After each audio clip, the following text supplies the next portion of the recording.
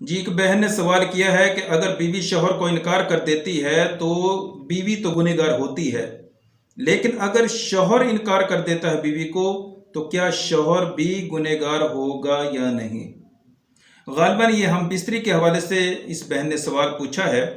बुखारी मुस्लिम शरीफ में यह हदीस मुबारक है कि नबी अकरम सल्लल्लाहु अलैहि वसल्लम ने इरशाद फरमाया कि अगर शौहर बीवी को हम बिस्तरी जमा के लिए बुलाता है और बीवी इनकार कर देती है, शौहर गुस्सा की हालत में रहता है, तो फरिश्ते उस औरत पर लानतें भेजते रहते हैं। अगर बीवी का दिल है, शौहर जो है वो इनकार कर देता है, तो इस पर यह हुक्म नहीं है।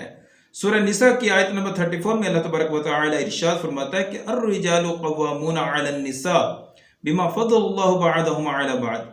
मर्द औरतों पर हाकिम हैं इस वजह से कि अल्लाह ताला ने इनमें से एक को दूसरे पर फजीलत दी है।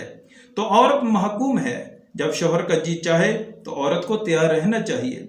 हाँ, अलबत्ता अगर बिल्कुल ही शौहर बीवी का ये हक अदा नहीं करता, क्योंकि ये भी बीवी के हुकूक में से है, तब शौहर यकीनन गुनहगार होगा।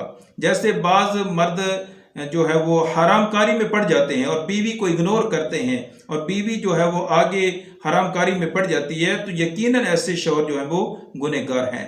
लेकिन अगर वैसे ही कभी जो है वो शौहर का दिल नहीं करता, शौहर मना कर देता है, तो इस पर शौहर गुनहगार नहीं होगा।